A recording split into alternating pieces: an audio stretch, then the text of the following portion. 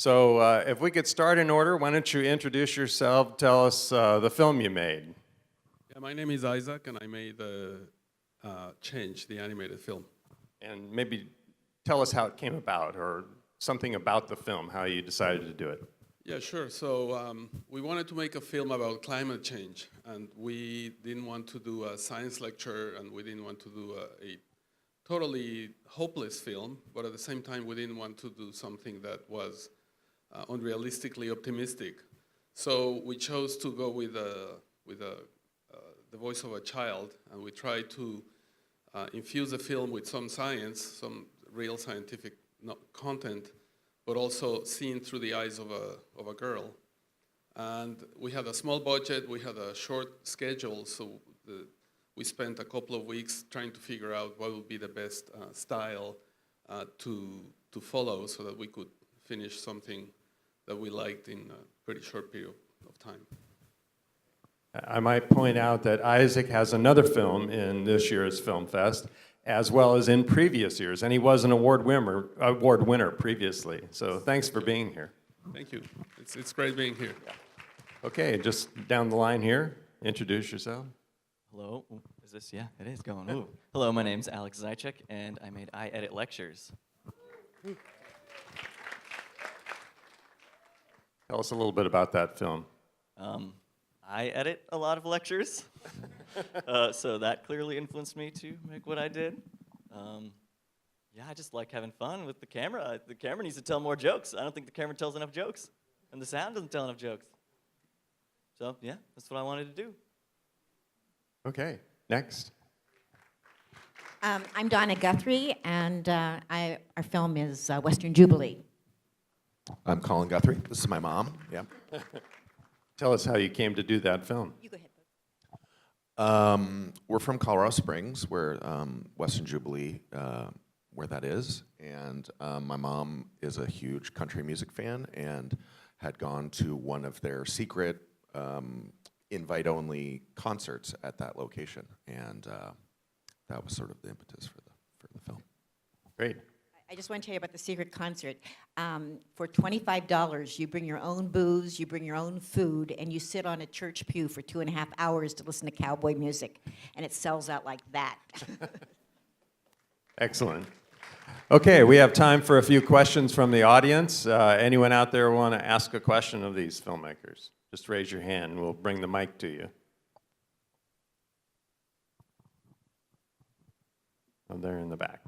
I have a really obvious question for the Western Jubilee makers. Any relation? No. That is all. Okay, other questions? Don't be shy. Oh, here we go. Right over here in the middle.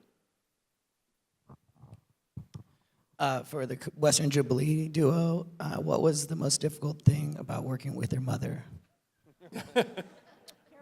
Yeah, we get that question a lot. We've actually, that was the third film that we've worked on together, but we've, before that, my mom and I have worked on many creative projects, including she had a virtual podcast, virtual video podcast for kids, or virtual field trips, I should say, and we did about 70 of those together. So I don't know. I can't really complain about it much because we do it a lot and we love one another. So it's like, I don't know. It's pretty easy. We talk about it all the time. So Colin and I had a film here a few years ago. It was called The Wedding Gown Project. I don't know if any of you saw it, but it was about women's wedding gowns, and whether you love them or hate them, there's always a story behind it. And so we worked on that one together. And it was here. Okay, return filmmakers. That's great. Any other questions? There's one. So we have a film from Singapore and a film from Colorado. What brought you to Albany to this festival? For you or Isaac? Well, we submit our films to a bunch of different festivals, and we love small festivals, and we scout for festivals that sound interesting and that we feel will reach interested audiences. So we sent our film to this festival, I don't know, like 3-4 years ago for the first time. And it was selected, and then we kept sending it because we liked the reaction and the feedback, and that's it. And do you live in Singapore? Yeah, I live in Singapore. Ah. I've been living there for about 10 years. I used to live in California before that. Well, thanks for coming all this way to be here at our festival. We really appreciate that. You're welcome. And as far as Mom lives in Colorado Springs, but I live here in Berkeley, right off of Calusa, and I always loved this festival. So this was one of the main festivals we wanted to get in because it's just really charming. So I'm a local. Great to hear that. We welcome from anywhere, and especially local and Singapore. More question. I have a question for Isaac. How hard was it to get the child to narrate? Because it was really wonderful the way she was narrating, and I know it's an art to narrate. And my other question is, are most of your movies about Earth? It was wonderful. Thanks. Yeah, so that's a great question. Yeah, working with kids is amazing. It's an amazing experience because it's never what you expect, and you can't really direct them the way you would direct a professional actor. So we really had to build a rapport with this girl. She's the daughter of a friend of mine. The guy is Irish, and the mother is Singaporean. So that was perfect for the movie because we were trying to portray a lot of the stuff that goes on in Southeast Asia, and this is an English version. We've translated the film to a bunch of different languages with different kids. So it was great. I mean, we gave her the script. We tried to write it with words that were somewhat familiar to an average 12-year-old girl. And we recorded it first pass, second pass, done. She rehearsed it a lot with her dad. Her dad is an English professor and a writer, so I guess that helped.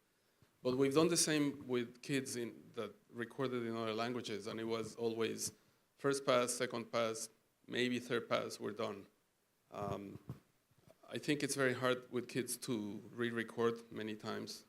So that's the answer to the first question. And the second question, yeah, we get our funding from a scientific research center that is about Earth and geology and natural hazards. So a lot of our work is about that. And if you're interested, you can go to art-science-media.com.